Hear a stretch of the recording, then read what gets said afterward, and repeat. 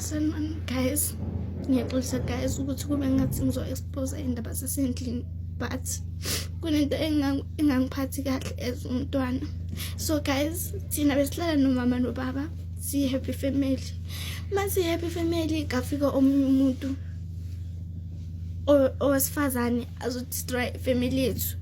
Thina besingasweli lutho guys, bese abantwana aba-right, abanezinto. Right now it's not the same. Sesiyasafara guys, and asina even uniform. Base esikolweni sihamba asihambi ngezinto ezi-right. Mina ngihamba ngecathulo ezingekho right zesikolo. I don't have uniform yami is all torn up, and like even ama-school bag besinganawo ama-school bag at the beginning of the year. Bekumele ngicele ebanganini bami ukuthi sicela basinika ama-school bag.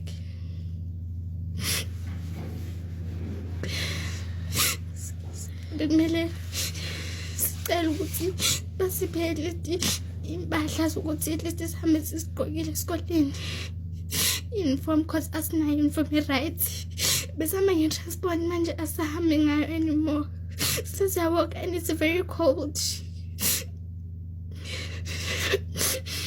And manje ubaba akasasupporti kahle because like iyaphela ne-5 days singadlanga thina, siphuze amanzi nje kuphela. And umama uhleza stressekile ukuthi sovuka sidle ini siphathe ini esikoleni ngoba asisakheri akasebenzi, and umama akasebenzi. And lo muntu owenze le nto le ubhizi uyastoka, uyabheka ukuthi siphila kanjani, uyabheka ukuthi siphila kanjani. Ustoka umamami, ustoka nathi lana, and ngiyazi ukuthi le video uzoyibheka.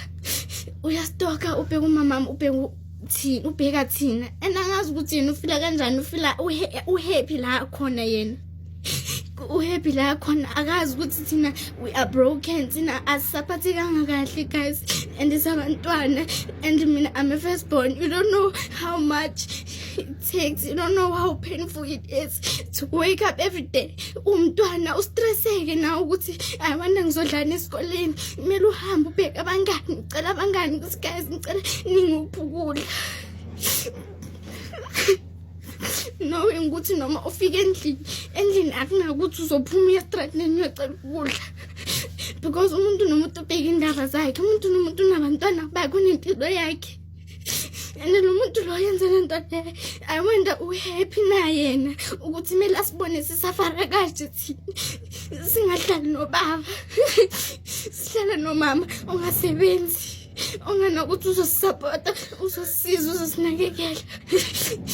Nobaba naye ongasasinaki ngoba asina uniform. And ikabanda manje guys, it's very cold. Uniform idabukile, icathulo sidabukile, asina icathulo, asina ama-school bag, asina uniform. Ngenxa yomuntu oyi-one wesifazane obefuna yena ukuziphilisa, yena ukuthi afile okay, yena ukuthi azobreaka umndeni o-right, o-happy. Ngenxa yokuthi bekafuna ukuzwisa thina ubuhlungu.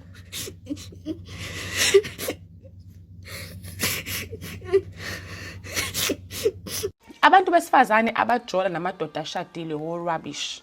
Guys, ngiyaxolisa guys ukuthi kube ngathi ngizo-expose indaba zasendlini, but kunento engangiphathi kahle as umntwana. So guys, thina besihlala nomama nobaba, siyi-happy family. Masiyi-happy family kafika omunye umuntu owesifazane azodestroy family yethu. Even ushephiswe ngaphansi kwesicathulo une-dignity more than wena. Umuntu wesifazane ocabanga ukuthi uzojola nendoda eshadile athi anginandaba mina, ngoba phela ungithengela iwivu, ukhokhela irent, ucabanga leyo mali leyo iqhamukaphi? Ubani olambayo ukuze wena ube newivu? Ingane zakhe wesiqenqo. Phela ne-5 days singadlanga thina, siphuze amanzi nje kuphela. And umama uhleza stressekile ukuthi sovuka sidle ini siphathe ini esikoleni ngoba asisakheri akasebenzi, and umama akasebenzi. And lo muntu owenze le nto le ubhizi uyastoka, uyabheka ukuthi siphila kanjani. La ungalinge uze udlale ngeenyembezi zengane. Ungadlali ngeenyembezi zengane. Uyangizwa uthi ngithini? My firstborn, you don't know how much it takes. You don't know how painful it is to wake up every day. Umntwana ustresseke na ukuthi ayibona ngizodlala esikoleni. Uyabona mangabe ingane ikhala inyembezi zakhe kuNkulunkulu zidirecte kuwena, uwe lo obeka lezi inyembezi lezi. Nimthatha kancane nina uNkulunkulu. Ngicabanga ukuthi uNkulunkulu uyisilima mangabe ethena abantu abashadile they are under a covenant. Ungafiki mina uzongitshela ukuthi what about indoda iyona eshadile mangikhona nawe nondindo angikhulumi mina nendoda. Indaba zamadoda amanye amadoda answer for that. Bakhona abantu abenza TikTok about that. Mina ngikhuluma mina ngabantu besifazane abajola namadoda ashadile because it doesn't seem to be enough of women that tell you ukuthi no lwabishi. Nibhidliza imizi, ni create ama trauma enganeni. That is why no lwabishi. That's why no rabishi. Ngqena ukusebenza namavila. Amavila abothokile. Angikaze ngiphatheke kabuhlungu kanje empilweni yami ngenxa yokuthi ngiyayazi le feeling yale ngane le ekhala la. Ubone ezinye ingane ziflourisha. And then nina nihlupheka ngenxa yokuthi ubaba usephumile because of wena sikhothe sonondindo ongakwazi ukuvala imilenze uvulela noma yini. If wena bekade fikile wazokushela wena ubungasho na ukuthi cha. Wena uthola ukuthi ushadile ubungaphuma but awuphumanga ngoba usikhotheni. Ungazami lokhu uzenza ngcono uthi awunandaba ngiyakutshela. Inkinga zizokulandela njengotwayi because awudlali ngeenyembezi zengane. Awudlali ngeenyembezi zengane ezincane, awudlali ngazo. Uzothi sabathe uyazama ukwakha usuthi hayi ngajola naye ekudala lo muntu hayi suka whatever zisakulandela inkinga ngoba nakho lezo zingane zakhala kuNkulunkulu wabo. uNkulunkulu uyaziphendula izingane ngikutshele. uNkulunkulu uyaphendula. Guys, kukhona amantombazana ayithu ngamantwana nje abantwana benze ivideo igama lakhe ngiAyanda and then ihandle yakhe ngiAyanda.andimande 07 ngizayifaka apha but igama lakhe ngiAyanda wenze ivideo 20 hours ago uba khona le I guess some women who broke their home umama wakhe notata wakhe bohlukene. And since umama kontatake behlukene ngoku utatabo akasabakhathaleli abana kutya sometimes for 5 days uniform yabo abana uniform isihlangu sikazukile bacela isihlangu ichomi zabo. Just a very sad video. So obviously naturally sonke we are touched. There's a lot of people who comment about how can we help and all this. Same here. So something just told me about let me go to the account yabo. So one day we can't tell many videos is 5. So only videos they knew they're about a day old. The video is about 20 hours ago. Then I'm gonna go comment section under this is new video. Abantu batabandwana bayaxoka. Ukhona abanye bathi umntana mungene esikolweni nabantwana ayikho lento abayithethayo. Abanye bathi they think about Lomdo or share his comment, his girlfriend or his home girlfriend. I don't know what to think of it. I don't know what to make of this. I'm gonna know John and come back and tell me what you think because now I'm conflicted. Of course, when I feel like something is not right, and I'm suspect about for something that is not true, and then singancedi because khona umuntu onenhliziyo embi ongafuni basinceda abantwana. But at the same time, I don't know if this is genuine or abantwana by actor because somebody also mentioned uyabaza abantwana by actor and then of course make me go deeper ngoku i-account yakhe ubhale uTikTok banned my previous account, follow me kule account and I'll follow back. So now I'm thinking in my head, is it because she's making a video so that to grow the account? I don't even understand Umdana account. I mean, I don't know. All right, go Yakla video and come back and tell me please. because I have mixed feelings. No, the woman who's sleeping with the married man is not wrong. The husband is the one who's wrong for sleeping with someone else while he's married. Like, into mazana is like, I don't know, it's not a problem. The way nibathelela ngayo amantombazana alala nabayeni babantu nifike nibilile nisebekho wrong because aba-oyisha umfazi loyalty. But wena thela nawe emjolweni wakho lo ubile umanzi uteksa no-Amanda phana ufika uteksa, oh hello ndim amahle, usiyamazi usiya, usiya uxeleba unomntu, siyajola nosiya besijola for 5 months, uxelele yo ndicela umyeke sana usiya ndiphelele kuye. But kumfazi niyebila nithethe kwi-comments nangondisho nizovela vele yindoda erongo, intombazana ayikho rongo yona ayi-oyishi loyalty, kodwa nibila nithetha abantu ababantu ngoku nina suka. Ngifuna nje sivumelane ukuthi ezinye izinto ziya nabanikazi bazo. Ziya nje nabanikazi bazo ezinye izinto. Njengalento yokujola nendoda eshadile. Lento nje yokuthandana nendoda eshadile nabanikazi bayo. Ngangengilunge nje. Besides nje ukuthi ngiyakholwa.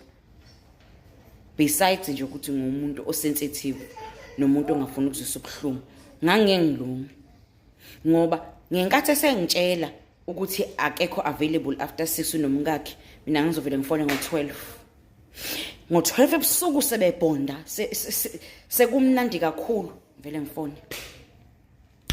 Ngangizoba lelo hlobo nje mina le-side chick. Ngenkathi usuthi nje ngizobe nginonkosikazi wami, ngivele ngifone ngo-12. Mangibona ukuthi uresponde ecingweni, ngingene emotweni. Mangingene emotweni ngifike ngime phambi kwe-gates, shaye ama-hazards nama-lights attention ukuze kubonakale. Kube kuwe-ke bese ngiyakufonela ngithi uyaphuma noma ngiyangena. It's between the two, so kuwena ukuchoose. Ngendlela engiyi-red flag ngayo guys, ngiyazibona nami ukuthi ngiyi-red flag, ngangengilunge nje mina endodeni nje eshadile ukuthi nje ngenziwe second best, angeke guys. Lezi nje zokuthana nabantu abashadile nje inabantu bayo, ifuna ukuthi wena qala uyidele wena kuqala, ngoba ngeke ushade nendoda, ngeke ujone nendoda engashadile ungayidelanga, ifuthi iqale wena uyicindezele kuqala uzidele, like kunciphe le yanto le yaka self love inciphe, because ngeke vele uthandane nendoda eshadile uyithanda, kodwa sikho lapho ngikhuluma ngami ukuthi bona nje mina hayi angathi sengishayela nje umthetho ukuthi nje after 6 angisatholakali, only after 8 ngivele ngishaye ngo-4 ekseni ucingo, ngifone ngo-4 ekseni ngalesi ikhathi nje zo morning prayer, zo morning ngivele ngifone. Kuyafana nje, it's the same thing nje when it comes to lento ye-polygamy ngesithemba. Hayi mina ngangeke guys, wayengathi ithuba likamamkhulu noma ithuba likamamncane bani angifice sekuyimina esengihlezi e-dining room, sekuyimina esengihlezi kuqala. Yezwani ngenkathi nje ethi nje ithuba lanamamncane noma u4 days kamamncane noma u2 days kamamncane, akufice sekuyimina esengivakashe kuqala kamamncane noma kamamkhulu, ngendlela engangengilunge ngayo. Angazi ukuthi nini khopha kanjani, nenza kanjani, I do not know ukuthi nenza kanjani nje ukuthi nje uvela ukhethe nje kuba second best, ukhethe nje like as in uyintombi yakwabo, noma ngabe kuthiwa like nabantwana, noma ngabe kuthiwa njani yonke leyo nto le, kodwa nje uvele nje choose nje ukuthi nje mina nje personally I choose to be second best. Ayingeke guys, ngeke guys. Yabona nje ngina 4 kids nje 4 kids, kodwa I would never choose that life ukuthi nje kuyoba second best nje wendoda nje ngitshela ukuthi nje awukwazi ukufona after this time, after 6, after 8, umngami this. However ngingavele ngiyidudethe, ngivele ngifone ngalesikhathi asangafoni ngaso. Yabona lesi sikhathi lesi athi do not, ngivele ngithi mina do it ngaleso sikhathi leso. Athi ethi mamncane ngivele angifice sengikhona phambili sengihlezi sofa ngithi kudliwa ndayikhaya namhlanje kaMamthembu. Yonke into guys inabantu bayo, bengifuna ukuzosho nje ukuthi nje yonke into inabantu bayo. Mina nje hayi, knowing myself uma ngangeke ngize ngilunge guys. Sure, lalela, uyayazi into eba yi-problem sometimes ngokuntshontshelana iba kaso. uthi unemedi awuthiyami ne sister le ndoda inemedi unenkosikazi lo yamuntu unefamily. You understand? Underline that word, unefamily, that sentence. Yayibamba. You decide ukuthi okay ngena nitshontshelane wena naye. Yabona? Nene you've got expectations izinto so funa ukuthi akwenzele izinto ezingaphezulu kwamandla akhe. You understand? Mhlawumbe in your mind so uzibona ku same level nemedia yakhe. So kuyaqala kuphuma ama question ukuthi ungalokho ungitshela ngomfazi wakho yini anaye engenayo. Hey, lalela mama. Engenako nomfazi.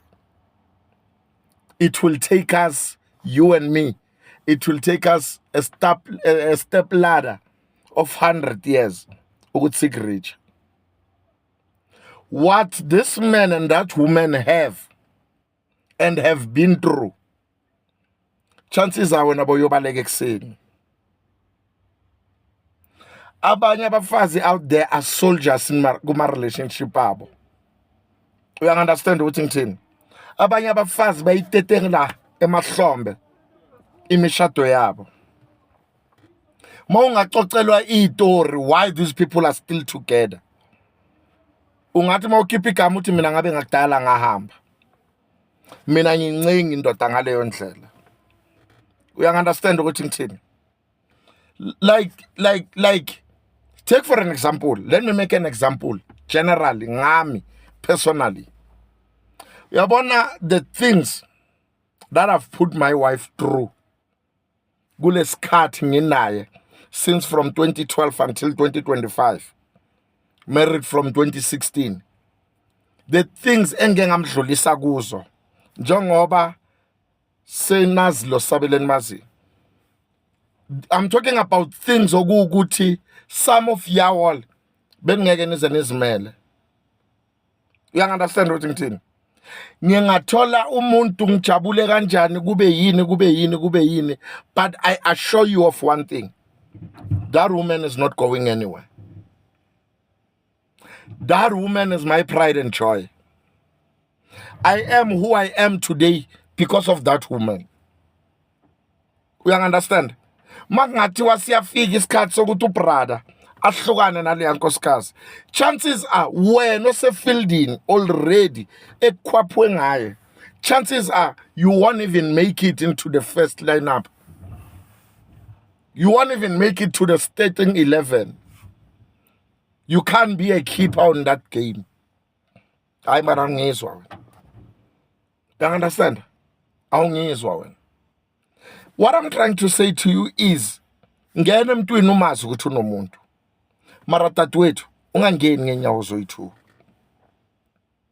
Nothing good will ever come out from that. That guy, ama chances ukuthi he will leave his wife for you a negative 1/10. Not even a positive 3. Negative 1/10. He's not leaving his wife for you. Eyokuthi ndeni uchitelani. It's a conversation of another day. Bengidlulisa le point engilidlulisayo. Hello Mzansi, welcome to Mgosi waseMzansi. Kune-story lesibuhlungu ngendlela lesimanga lesithrendako laphana ku-TikTok. Story semntwana lomncane lo ligama lakhe kungu-Ayanda. Une-TikTok account nje laphana and bekatendela amavideo nemntwana kubo lomncane guys. Ushare indzaba lebuhlungu kakhulu lethenze abantu abaningi kakhulu le video yakhe. I think ina 200 and something million views and abantu abaningi bacommentile bafuna kusita bafuna kudonate kufaka phakathi bogogo sikhutheni bosizwe mdlalose abantu abaningi kakhulu even people who are famous labathi bafuna kusita. Umntwana uyakhuluma ukuthi they are suffering abana uniform abanakudla bayahlala ngisho 5 days banganako lokuya ethunjini babo wabo uhlukene namakwakhe esho ukuthi there was a side chick involved. Guys, it's a very heartbreaking story njengoba semvile lo mntwana asicoca story sakhe and people are donating for them. Abantu bafuna kwathi ukuthi bahlala phi bangaba contact kanjani bangabathola akuphi. Guys, this is so sad. Inkosi yami bantwana abanaqala and and they don't deserve this. Please do comment your thoughts down on the comment section. Don't forget to hit the notification bell. I'll see you on the next one. I'm signing out. Goodbye.